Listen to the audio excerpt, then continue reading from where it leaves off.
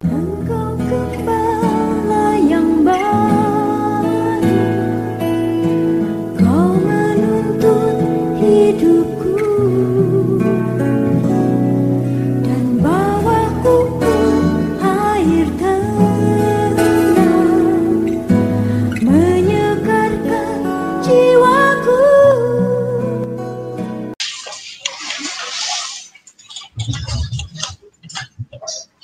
Salam serbu, selamat malam, salam sejahtera dan bahagia kiranya memenuhi tempat ini, memenuhi setiap hati kita masing-masing. Puji Tuhan, biarlah oleh sebab itu, biarlah kiranya firman Allah yang turun dari surga memenuhi setiap kehidupan kita masing-masing, pribadi lepas pribadi. Juga saya tidak lupa menyapa anak-anak Tuhan, buat Tuhan, hamba-hamba Tuhan yang sedang mengikuti pemberitaan firman Tuhan lewat live streaming video internet YouTube Facebook dimanapun Anda berada. Puji Tuhan, mari kita memeriksa kembali firman penggembalaan untuk ibadah doa penyembahan dari surat yang dikirim oleh Rasul Paulus kepada jemaat di Kolose pasal yang ketiga ayat yang keempat. Silakan. Ya. Apabila Kristus yang adalah hidup kita menyatakan diri kelak, kamu pun akan menyatakan diri bersama dengan Dia dalam kemuliaan. Ya. Apabila Kristus yang adalah hidup kita, ya, perhatikan kalimat apabila Kristus yang adalah hidup kita. Singkatnya, Kristus adalah hidup kita. Amin, saudara.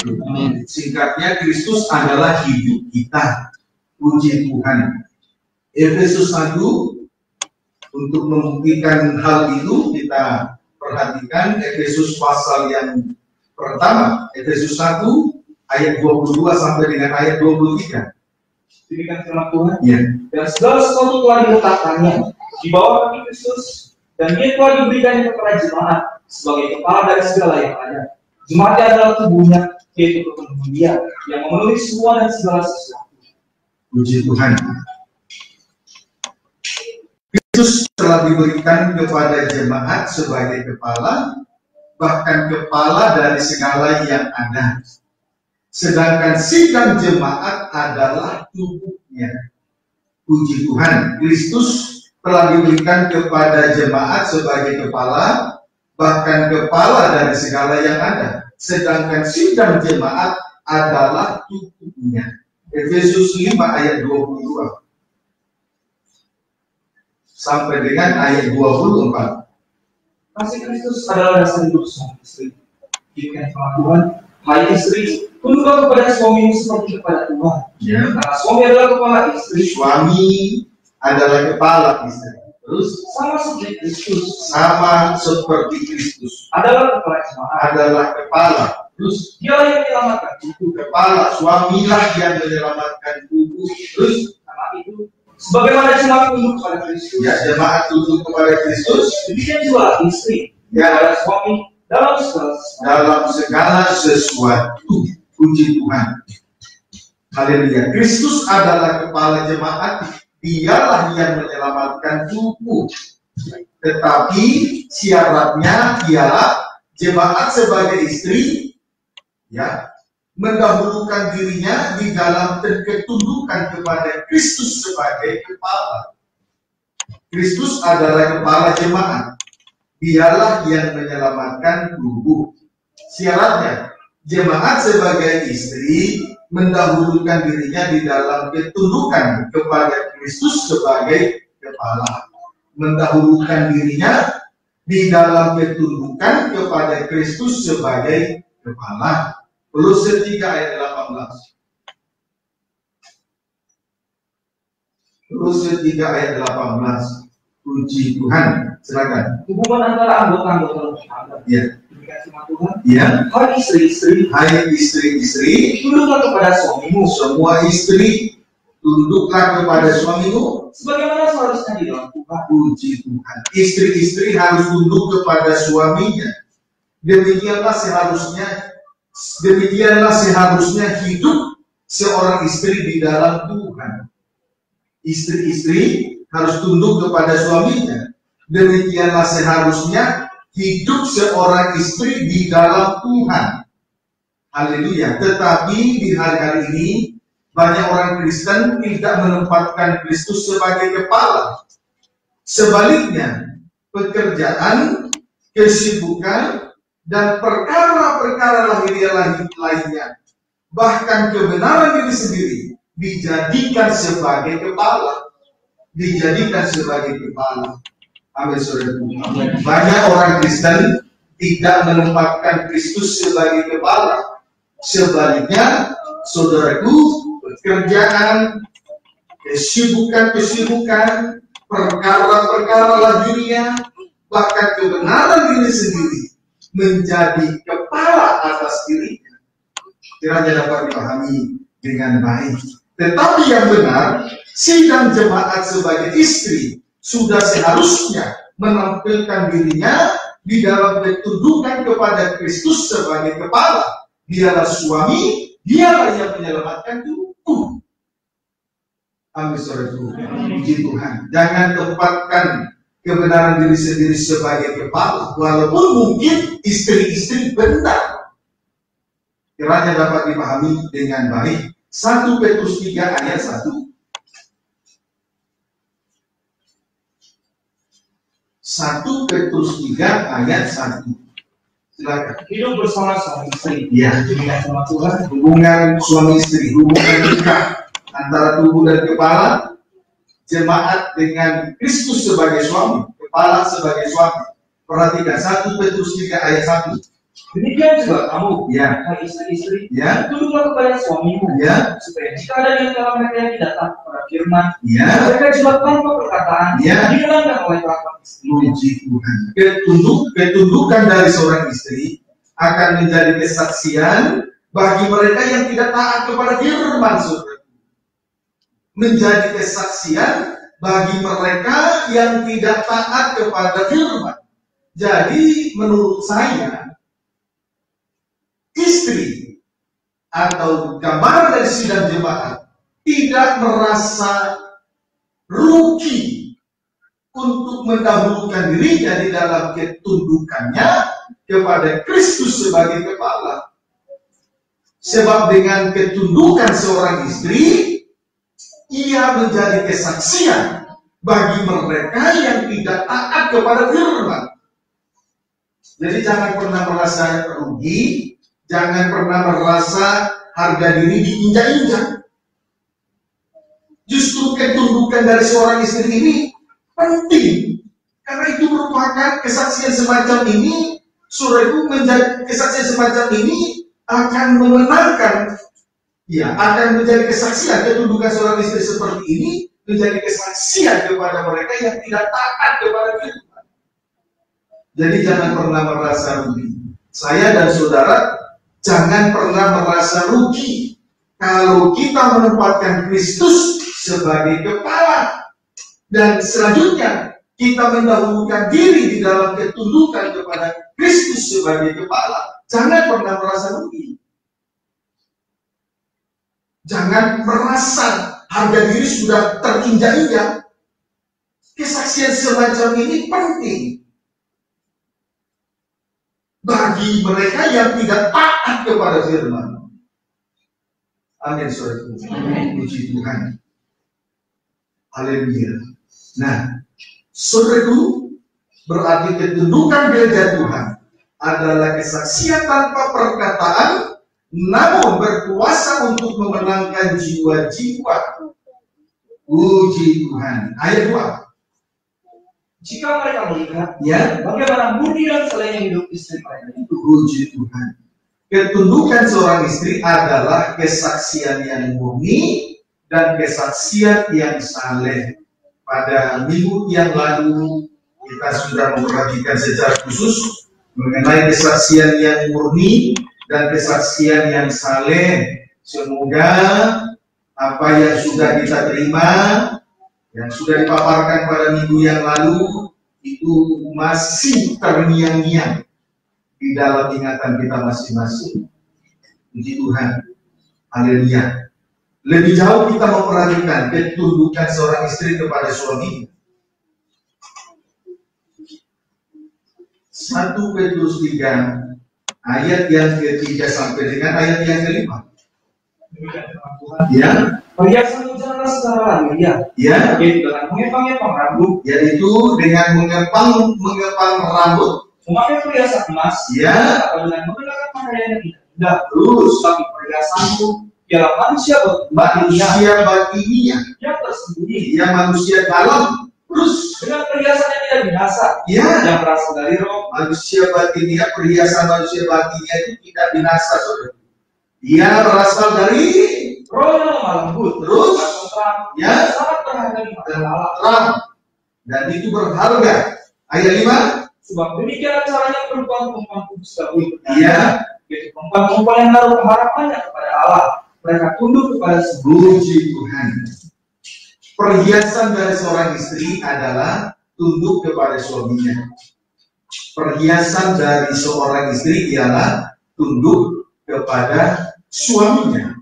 Itu merupakan ketundukan seorang istri, merupakan perhiasan manusia batiniah atau perhiasan rohani. Puji Tuhan. Ketundukan itu merupakan perhiasan manusia batiniah atau perhiasan rohani dari seorang istri. Amin, saudaraku. Perhiasan ini sumbernya dari roh yang lemah lembut dan roh yang tenteram. Roh yang lemah lembut dan roh yang tenteram. Jadi sumber dari perhiasan manusia batiniah atau perhiasan rohani berasal dari roh yang lemah lembut dan roh yang tenteram. Jadi selain lemah lembut, tenteram dalam keadaan situasi, kondisi apapun, dan di mana pun berada. Lemah lembut dan tenteram, di mana pun berada, tenteram. Apalagi di tengah-tengah ibadah. Apalagi di tengah-tengah ibadah. Lemah lembut dan rendah hati ketika menerima firman Tuhan, dan sekaligus juga tenteram di tengah-tengah ibadah itu sendiri. Kiranya dapat dipahami dengan baik. Jangan sampai rohnya tidak tenteram. Dapat dipahami, saudaraku? Puji Tuhan. Bukan tubuh lahiriah yang dilihat. Bukan perhiasan secara lahiriah yang Tuhan lihat, tetapi perhiasan manusia batiniah, perhiasan rohani, sumbernya dari roh yang lemah lembut dan dari roh yang tenteram. Puji Tuhan. Dan oleh sebab itu, dimanapun dan dalam keadaan apapun, harus dengan lemah lembut dan tenteram. Apalagi di tengah-tengah ibadah dan pelayanan. Lemah lembut dan rendah hati saat dengar firman. Kemudian tenteram di saat melayani Tuhan. Supaya tidak ada kekacauan. Haleluya. Puji Tuhan. Haleluya. Nah, jadi perhiasan dari seorang istri bukan secara lahiriah. Jadi perhiasan dari seorang istri bukan secara lahiriah. Adapun perhiasan secara lahiriah antara lain dengan mengepang rambut. Adapun perhiasan secara lahiriah yaitu dengan mengepang rambut. Puji Tuhan. Banyak perempuan mengepang rambutnya dengan berbagai-bagai model. Bahkan rambut mereka dicat dengan berbagai-bagai warna-warni. Sebetulnya tujuan mereka melakukan itu adalah untuk memuaskan hawa nafsunya, tidak lebih tidak kurang. Saya sangat berharap sekali firman Allah yang kita terima malam ini menjadi daging. Paham, saudaraku? B. Memakai perhiasan emas. Dengan memakai perhiasan emas. Seindah-indahnya emas, itu tidak berarti bagi Tuhan. Itu tidak berarti bagi Tuhan. Dibanding ketundukan seorang istri, seindah-indahnya Mas, itu tidak cukup berarti bagi Tuhan dibanding dengan ketundukan seorang istri kepada suaminya. Jadi emas adalah perhiasan yang akan binasa. Sedangkan perhiasan manusia batinia, itulah ketundukan, adalah perhiasan yang tidak akan binasa. Maka seindah-indahnya emas itu tidak cukup berarti dibanding dengan ketundukan seorang istri kepada suami. Kiranya dapat dipahami dengan baik. Emas, sekalipun itu berharga, tetapi itu merupakan perhiasan yang akan binasa. Tidak akan membuat seorang perempuan menjadi indah bagi Tuhan. Kiranya dapat dipahami dengan baik. Haleluya. Puji Tuhan. C. Dengan mengenakan pakaian yang indah-indah. C. Dengan mengenakan pakaian yang indah-indah. Pakaian yang indah-indah juga tidak cukup berarti bagi Tuhan jika dibandingkan dengan ketundukan dari seorang istri, yaitu gereja Tuhan kepada Kristus sebagai kepala. Kiranya dapat dipahami dengan baik. Puji Tuhan. Ayat yang keempat, 1 Petrus 3 ayat yang keempat. Demikian firman Tuhan. Ya. Tetapi perhiasanmu ialah manusia batinia Ya. yang tersembunyi dengan perhiasan yang tidak binasa, Ya. yang berasal dari roh yang lemah lembut dan murah, Ya. sangat berharga di mata Allah. Sebetulnya perhiasan emas dan pakaian yang indah-indah adalah perhiasan yang akan binasa. Puji Tuhan. Yakobus 5 ayat 1 sampai 3.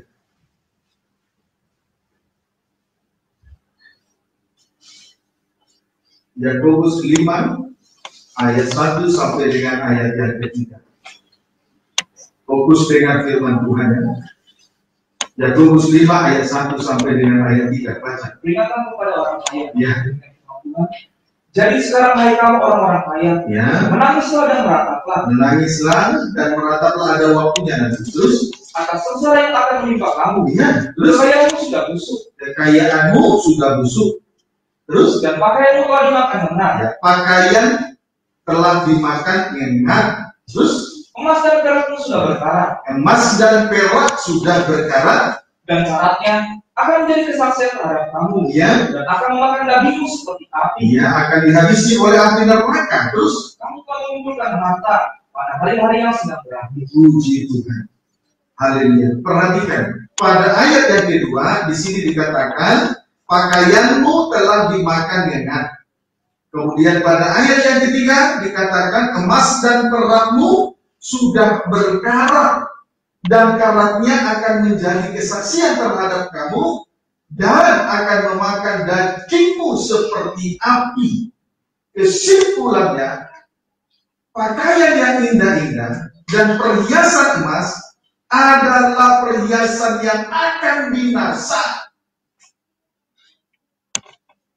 Tidak cukup berarti untuk membuat seorang istri menjadi indah di mata Tuhan. Kiranya dapat dipahami dengan baik. Kita kembali membaca 1 Petrus 3 ayat yang keempat. 1 Petrus 3 ayat yang keempat. Demikian firman Tuhan. Ya. Tetapi perhiasanmu ialah manusia batinia Ya. yang tersembunyi dengan perhiasan yang tidak binasa, yang berasal dari roh yang lemah lembut dan murah, yang sangat berharga di mata Allah. Ya. Jadi perhiasan manusia batinia atau perhiasan rohani, yaitu ketundukan seorang istri, itulah yang sangat berharga di mata Tuhan. Itu yang menjadikan seorang istri berharga di mata Tuhan. Jadi bukan perhiasan secara lahiriah, yaitu dengan mengepang rambutnya dan dengan memakai pakaian-pakaian yang indah-indah dan dengan mengenakan emas, perhiasan-perhiasan emas. Kiranya dapat dipahami dengan baik. Tetapi saudaraku, perhiasan manusia batinia atau perhiasan rohani itulah, yaitu ketundukan seorang istri, itulah yang sangat berharga di mata Tuhan. Amin, saudaraku. Itu yang sangat berharga di mata Tuhan. Jadi bukan karena dia mengenakan perhiasan secara lahiriah, bukan. Tetapi perhiasan rohani itulah, perhiasan rohani dari seorang istri lah, dan perhiasan rohani atau perhiasan manusia baginya itulah yang membuat seorang istri atau gereja Tuhan menjadi berharga dan indah di mata Tuhan. Kiranya dapat dipahami dengan baik. Sekarang praktek tunduk. Praktek tunduk. Praktek istri tunduk kepada Kristus yang adalah suami. 1 Petrus 3 ayat yang ke-6. Demikian firman Tuhan. Ya. Sama seperti Sarah, taat kepada Abraham dan menamai dia tuannya. Terus, kamu adalah anak-anaknya. Jika kamu berbuat baik dan tidak takut, puji Tuhan. Sama seperti Sarah taat kepada Abraham dan menamai dia tuannya. Puji Tuhan. Inilah praktek tunduk kepada suami. Sama seperti Sarah taat kepada Abraham dan menamai dia tuannya. Puji Tuhan. Haleluya. Lebih rinci tentang taat. Lebih rinci tentang taat. Ibrani pasal yang ke-5. Ibrani pasal yang ke-5. Ayat 4 sampai dengan ayat yang ke-6. Demikian firman Tuhan. Ya.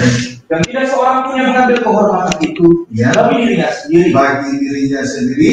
Tetapi dipanggil untuk itu oleh Allah. Ya. Boleh bahasa ayat 3 dulu. Yang mengharuskan untuk mempersembahkan korban karena dosa, bukan saja bagi umat, tetapi juga bagi dirinya sendiri. Juga seorang imam besar. Ayat 4 sampai 6. Terus. Tidak seorang pun yang mengambil kehormatan itu bagi dirinya sendiri. Tetapi dipanggil untuk itu oleh Allah. Untuk itu, untuk mempersembahkan korban karena dosa. Terus seperti yang telah terjadi dengan Harun. Demikian pula Kristus tidak memuliakan dirinya sendiri, tidak mengambil kehormatan, tidak memuliakan dirinya sendiri dengan menjadi imam besar. Terus tetapi dimuliakan oleh dia yang berfirman kepadanya, anakku engkau telah kukenakan pada diri. Terus sebagaimana firman-Nya dalam suatu nas lain, engkau adalah imam untuk selama-lamanya menurut peraturan Melkisedek. Puji Tuhan. Yesus Kristus, dia adalah anak Allah dan dijadikan sebagai imam besar untuk selama-lamanya. Kita semua adalah anak Allah, tetapi di sisi lain dijadikan sebagai imam-imam bagi Allah dan memerintah sebagai raja di bumi. Kemudian Kristus tidak memuliakan dirinya sendiri dengan menjadi imam besar. Ia tidak mengambil kehormatan itu bagi dirinya sendiri, melainkan untuk menjadi korban pendamaian. Amin, saudara. Puji Tuhan. Jadi kedudukan dari seorang imam itu ada di antara Allah dan manusia. Ada di antara Allah dengan manusia berdosa. Tugasnya menjadi korban untuk memperdamaikan manusia berdosa kepada Allah. Baik sanggur, tugasnya untuk memperdamaikan dosa manusia kepada Allah. Baik juga sebagai seorang pemimpin pujian, pembaca firman, singer, kolektor, pemain musik, guru sekolah minggu, multimedia, infokus. Tugasnya adalah untuk memperdamaikan dosa manusia kepada Allah.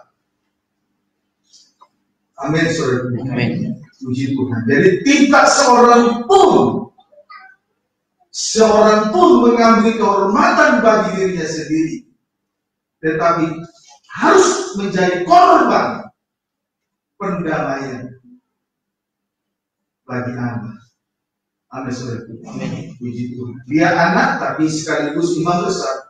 Kita juga anak Allah. Kemudian oleh dalamnya dijadikan sebagai imam-imam bagi Allah dan memerintah sebagai raja di bumi. Puji Tuhan. Amin, saudaraku. Kiranya dapat dipahami dengan baik. Kemudian Kristus tidak memuliakan dirinya sendiri dengan menjadi imam besar.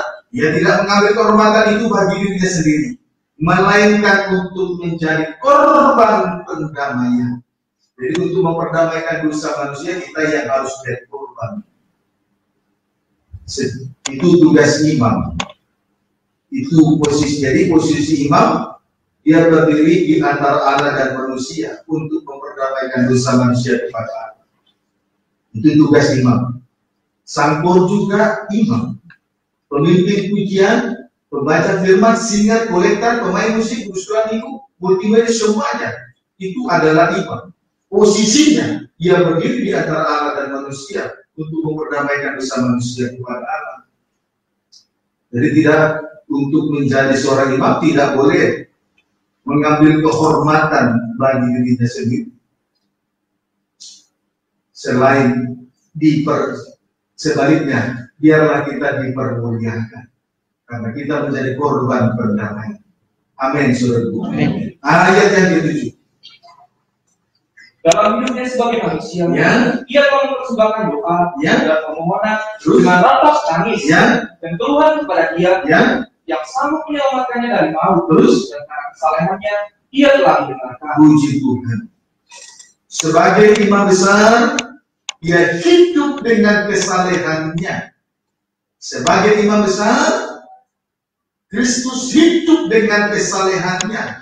Sebab ia telah mempersembahkan doa dan permohonan dengan rasa tangis dan keluhan kepada Dia. Berarti kita dapat mengambil kesimpulan betapa hebatnya penderitaan yang ia tanggung sebagai imam besar. Dia tidak mengambil kehormatan itu dengan sebagai imam besar. Sebaliknya ia dipermuliakan oleh Allah Bapa. Amin, saudaraku. Puji Tuhan. Haleluya. Ayat yang ke-8. Sekalipun ia adalah anak. Sekalipun ia adalah anak. Sebentar dulu. Ulangi apa? Dan sekalipun ia adalah sekalipun anak, ia adalah anak, ia telah belajar menjadi taat dari apa yang telah diberitakannya. Puji Tuhan. Sekalipun ia adalah anak, ia telah belajar menjadi taat dari apa yang telah diberitanya. Sekalipun ia adalah anak, ia telah belajar menjadi taat dari apa yang telah diberitanya. Pendeknya sebagai imam besar, ia hidup di dalam kesalehannya.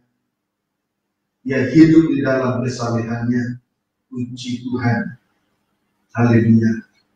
Filipi pasal 2 ayat yang ke-8.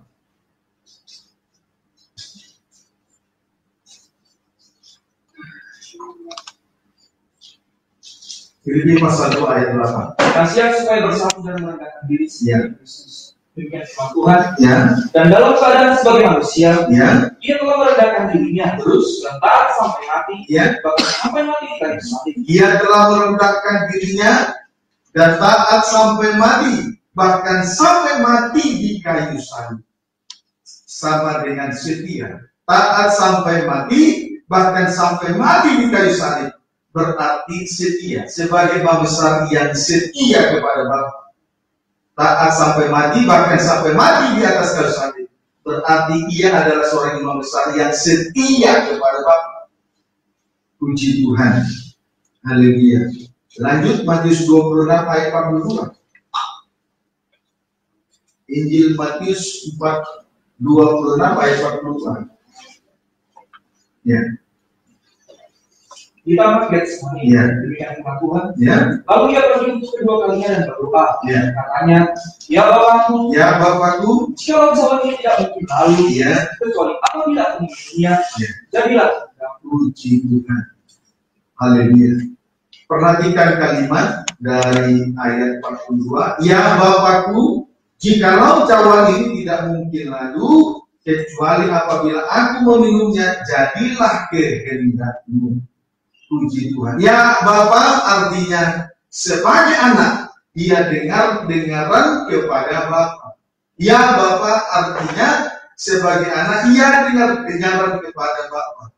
Kesimpulannya, di dalam ketundukan itu akan terlihat 3 hal, yaitu 1 taat, 2 setia, 3 dengar-dengaran.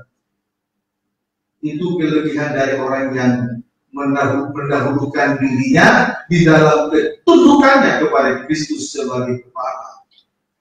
Akan terlihat 3 hal. 1 taat, 2 setia, Tiga, dengar-dengaran. Taat dari apa yang diderita. Kemudian setia sampai akhir. Yang ketiga, dengar-dengaran. Tiga hal ini akan terlihat dengan jelas jikalau gereja Tuhan yang sebagai tubuh Kristus mendahulukan dirinya di dalam ketundukannya kepada Kristus sebagai kepala, yang adalah suami yang akan menyelamatkan tubuh. Puji Tuhan. Taat, setia, dengar-dengar. Taat, setia, dengar-dengar. Itu modal. Itu modal kita untuk melayani Tuhan. Modal seorang hamba Tuhan, taat, setia, dengar-dengar. Haleluya. Puji Tuhan. Berarti tanpa ketundukan tidak akan terlihat ketaatan, kesetiaan, dan dengar-dengaran. Puji Tuhan. Kiranya dapat dipahami dengan baik. Jadi, biarlah kiranya betul-betul kita memiliki perhiasan manusia batinnya, manusia rohani, yaitu tunduk kepada Kristus sebagai kepala, yang adalah suami penyelamat tubuh. Itu jauh lebih berharga dibanding dengan perhiasan-perhiasan lahiriah sekalipun, termasuk rambut yang dikepang-kepang, termasuk pakaian yang dinaikkan, termasuk perhiasan emas. Tidak menjadi berarti, tidak cukup berarti bagi Tuhan dibanding dengan ketundukan seorang istri kepada suaminya.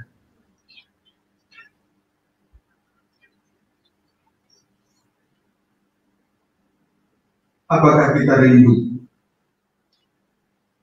tiga perkara ini terlihat di dalam diri kita di tengah-tengah ibadah dan pelayanan ini? Menjadi hamba yang taat, hamba yang setia, hamba yang dengar-dengar. Taat sama dengan patuh pada ajaran yang benar.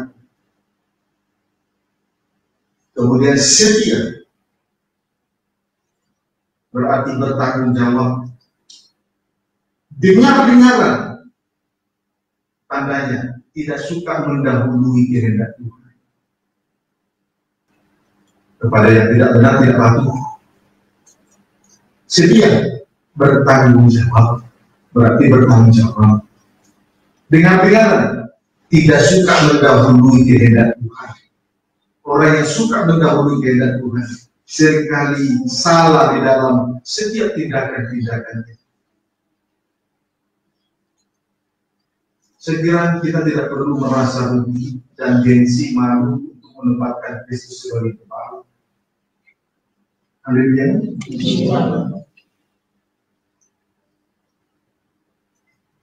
Di Tuhan, jangan merasa rugi. Jangan dapat dipahami dengan baik. Tujuan dari ketundukan. 1 Petrus 3 ayat 5.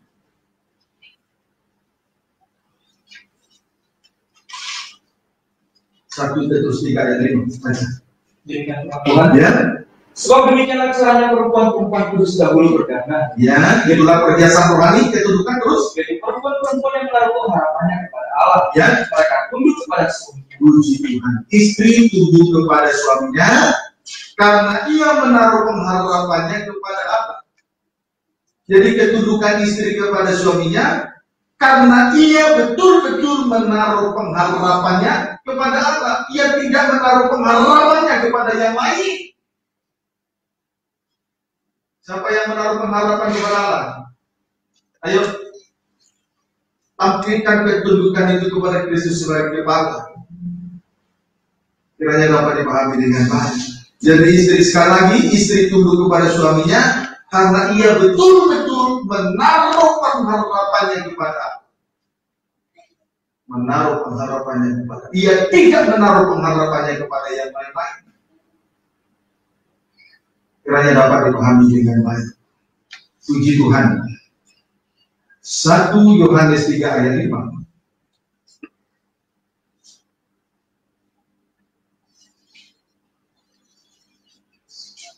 Tidak untuk ditulis, tetapi perlu hati saya tergerak untuk berkata, beri diri untuk dimandikan, disucikan oleh air firman. Sesudah itu jangan berkubang lagi. Haleluya. Supaya terlihat ketundukan di dalamnya nanti taat, setia, dengar. Itu modal kita melayani Tuhan. Modal itu manfaatkan. Tanpa modal kita tidak bisa berarti di dalam melayani pekerjaan Tuhan.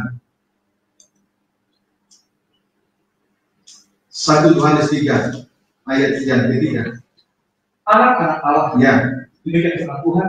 Setiap orang yang menaruh pengharapan itu kepadanya, Setiap orang yang menaruh pengharapan itu kepadanya, menyucikan diri sama ya, perhatikan. Setiap orang yang menaruh pengharapannya itu kepadanya, menyucikan diri sama seperti dia yang adalah suci. Jadi kesimpulannya, pengharapan itu, kesimpulannya adalah, pengharapan adalah kesucian. Amin, saudaraku. Kesimpulannya, pengharapan itu adalah kesucian, hidup suci. Itu pengharapan. Orang yang menaruh pengharapan kepada Allah, ia hidup suci. Jadi pengharapan itu sama sederajat dengan menyucikan diri di hadapan Tuhan. Pengharapan itu sederajat dengan menyucikan dirinya di hadapan Allah. Kiranya dapat dipahami dengan baik. Puji Tuhan. Kalau dikaitkan dengan pola tabernakel, terkena pada ruangan suci. Kalau dikaitkan dengan pola tabernakel, terkena pada ruangan suci. Puji Tuhan. Haleluya. Tabernakel terdiri dari 3 daerah, 1 halaman, 2 ruangan suci, 3 ruangan maha suci. Puji Tuhan.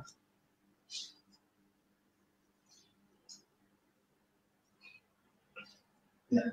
Di daerah pertama halaman, daerah kedua ruangan suci, daerah ketiga ruangan maha suci. Puji Tuhan. Halaman sama dengan iman, ruangan suci sama dengan haram, ruangan maha suci sama dengan kasih. Puji Tuhan. Haleluya. Kiranya dapat dipahami dengan baik. Kemudian tadi kalau dikaitkan dengan pola pengharapan, kalau dikaitkan dengan pola tabernakel, terkena pada ruangan suci. Di dalam ruangan suci terdapat 3 macam alat. 1, meja roti sajian, artinya disucikan oleh air dan firman Allah serta perjamuan suci. 2, pelita emas, artinya disucikan oleh Roh Kudus.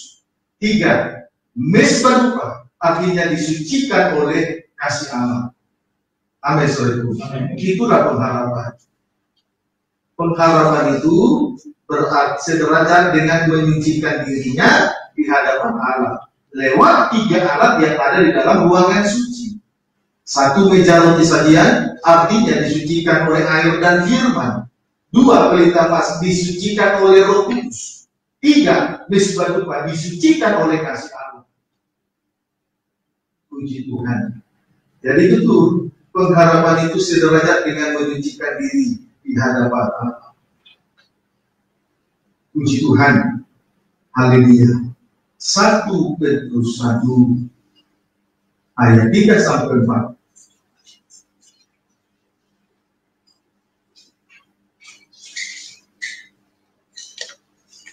pengharapan, iman, dan kasih. Ya, pengharapan, iman, dan kasih. Terus Demikian firman Tuhan.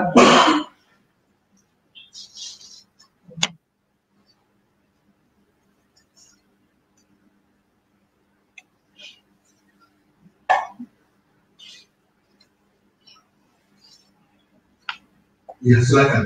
Terpujilah Allah dan Bapa Tuhan kita, Ya. Yesus Kristus, Ya. yang harapan yang besar, Ya. telah melahirkan kita kembali Ya. oleh kebangkitan Yesus Kristus dari antara orang mati, Ya. kepada suatu hidup yang penuh pengharapan, Hidup yang penuh pengharapan. Terus menerima suatu bagian Ya. yang tidak dapat binasa, Terus yang tidak dapat semak dan yang tidak dapat layu, Ya. yang tersimpan di surga bagi Simpan di surga bagimu. Hidup yang penuh pengharapan, menerima suatu bagian yang tidak dapat binasa. B, yang tidak dapat cemar. C, yang tidak dapat layu. Saya ulangi, hidup yang penuh pengharapan. Ia akan menerima suatu bagian yang kekal. Yang sama dengan 3 hal. 1, tidak dapat binasa. 2, tidak dapat cemar. Tidak dapat binasa, saudaraku. Amin, saudaraku. Amin. Haleluya, tidak dapat binasa. Haleluya. Berarti kekal. Kemudian 2, tidak dapat cemar. Haleluya, tidak dapat cemar. Berarti tidak dapat dipengaruhi oleh hal-hal yang tak suci. Kemudian tidak dapat layu. Tidak dapat layu. Puji Tuhan. Berarti senantiasa memperoleh, saudaraku, memperoleh suatu yang tidak layu itu sama seperti pohon yang ditanamkan di pinggir sungai air kehidupan. Dia akan tumbuh dan daunnya hijau, berarti tidak layu. Tidak layu berarti daunnya hijau. Daunnya hijau menjadi obat bagi bangsa-bangsa. Menjadi obat bagi bangsa-bangsa. Amin, saudaraku. Puji Tuhan. Daunnya hijau itu berarti tanda kalau menjadi obat bagi bangsa-bangsa berarti tidak pernah mengalami kekeringan.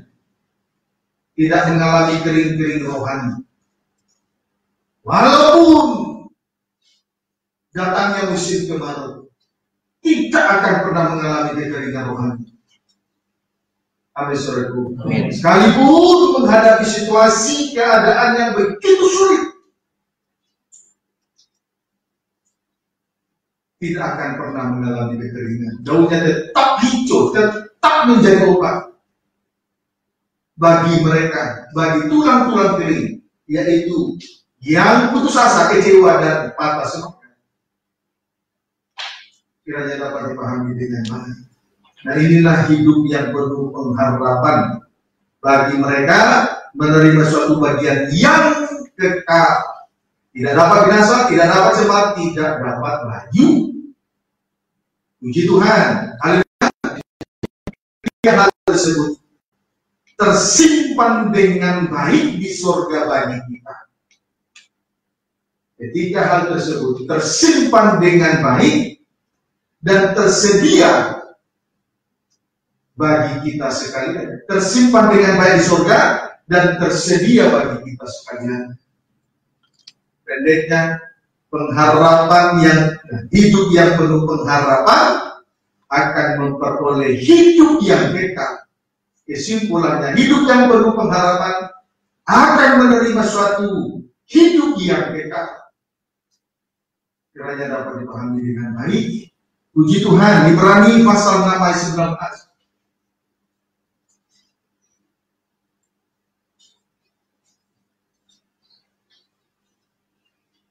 Baca. Berpegang teguh pada pengharapan. Ya. Berikan pengakuan. Ya. Pengharapan itu adalah saung yang kuat. Pengharapan itu adalah saung yang kuat Dan aman bagi jiwa kita. aman bagi jiwa kita. Telah dilakukan sampai ke Iya. Jadi pengharapan itu adalah saung yang kuat dan aman bagi kita dan aman bagi jiwa kita yang telah dilakukan sampai ke belakang kafir. Perhatikan ruangan tabernakel. Versi yang lain dulu. Bisa direksi.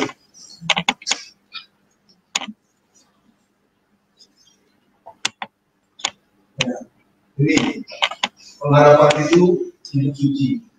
Kemudian dalam 1 Petrus, pengharapan itu adalah saung yang kuat dan yang aman bagi jiwa kita yang dilakukan di belakang kami, di tabel ruangan Maha Tinggi. Jadi sangat sinkron sekali 1 Petrus 3 ayat 4, 1 Petrus 1 ayat 3 sampai 4 sinkron dengan Ibrani pasal 6 ayat 19. Amin, saudaraku. Sinkron dengan Ibrani pasal 6 ayat 19. Jadi pengharapan itu adalah saung yang kuat, yang aman bagi jiwa kita, dan yang dilakukan sampai ke belakang kami. Itulah ruangan maha suci, gambaran dari Yerusalem yang baru. Yang lama sudah berlalu, yang dapat binasa sudah berlalu, dan sekarang kita menerima suatu bagian yang tidak binasa, tidak dapat cemar, dan tidak dapat lalu. Maka 1 Petrus 1 ayat 3-4 sinkron dengan Ibrani pasal 6 ayat 19. Haleluya. Puji Tuhan. Tuhan. Jangan merasa rugi menempatkan Kristus kepala. Jangan tempatkan kesibukan, pekerjaan, perkara lahiriah, bahkan kebenaran diri sendiri menjadi kepala. Kalau itu kepala, nanti ayo kita berlomba-lomba menjadi sibuk di rumah. Ketika kita sibuk dengan orang yang tidak sibuk, kan kita dengan berani mempersalahkan orang lain. Sebab itu tandanya bahwa kesibukan sudah menjadi kepala. Sebab itu biarlah kita tempatkan Kristus menjadi kepala. Dan saya rasa tidak perlu merasa rugi menempatkan Kristus sebagai kepala. Jangan merasa harga diri terinjak-injak. Jangan merasa hina. Jangan merasa gengsi dan malu. Tidak ada artinya. Untuk apa kita gengsi menempatkan Kristus sebagai kepala, tapi tidak menerima apa-apa? Kalau saudara merasa dengan gengsi, dengan menempatkan kebenaran diri sendiri sebagai kepala, lalu saudara berharap bahwa itu adalah segalanya, ya silakan saja. Tapi yang pasti, kalau kita menempatkan Kristus sebagai kepala, maka betul-betul kita akan memiliki perhiasan rohani. Itulah perhiasan manusia batiniah, yaitu istri tunduk kepada suami dalam segala perkara. Tidak ditentukan dalam ini itu, dalam segala perkara. Dan itu merupakan kesaksian yang murni dan saleh kepada mereka yang tidak taat kepada firman Tuhan, berkuasa untuk memenangkan jiwa-jiwa tanpa mulut. Ayo, mulai sekarang belajar menempatkan Kristus kepala. Jangan tempatkan kebenaran diri sendiri jadi kepala. Haleluya. Puji Tuhan. Kalian dapat dipahami dengan baik. Ayat 20. Di mana Yesus telah masuk sebagai perintis bagi kita, ketika ia menurut peraturan Israel menjadi imam besar sampai selama-lamanya. Sebagai imam besar, Yesus telah masuk sebagai perintis ke belakang tabir bagi kita oleh karena ketaatannya sebagai anak dan imam besar menurut peraturan Melkisedek. Dia tunduk sehingga terlihatlah 3 hal: taat, setia dengan Tuhan, untuk menerima suatu bagian yang kekal, yaitu yang tidak dapat binasa, tidak dapat cemar, tidak dapat lalu. Yesus Kristus, sekalipun dia adalah anak, dia juga imam besar, tetapi dia tidak mencari kemuliaan diri sendiri. Dia tidak mengambil kehormatan bagi diri sendiri. Sebaliknya, dia dipermuliakan Bapa. Kalau kita mati, bagi dipermuliakan. Biar Tuhan yang mempermuliakan. Amin, saudara. Amin. Puji Tuhan. Dipermuliakan. Menerima suatu bagian yang kekal. Tidak binasa, tidak cemar, tidak layu. Haleluya. Sekali lagi saya tandaskan, beri dirimu disucikan oleh air dan firman. Jangan berkubang seperti babi. Kalau berkubang seperti babi, berarti saya adalah gembala babi. Tapi kalau saudara menjadi suatu kehidupan domba, berarti saya adalah gembala kambing domba. Haleluya. Setuju? Mau menempatkan saya sebagai gembala kambing domba? Setuju? Setuju? Setuju? Tuhan Yesus berkati kita semua.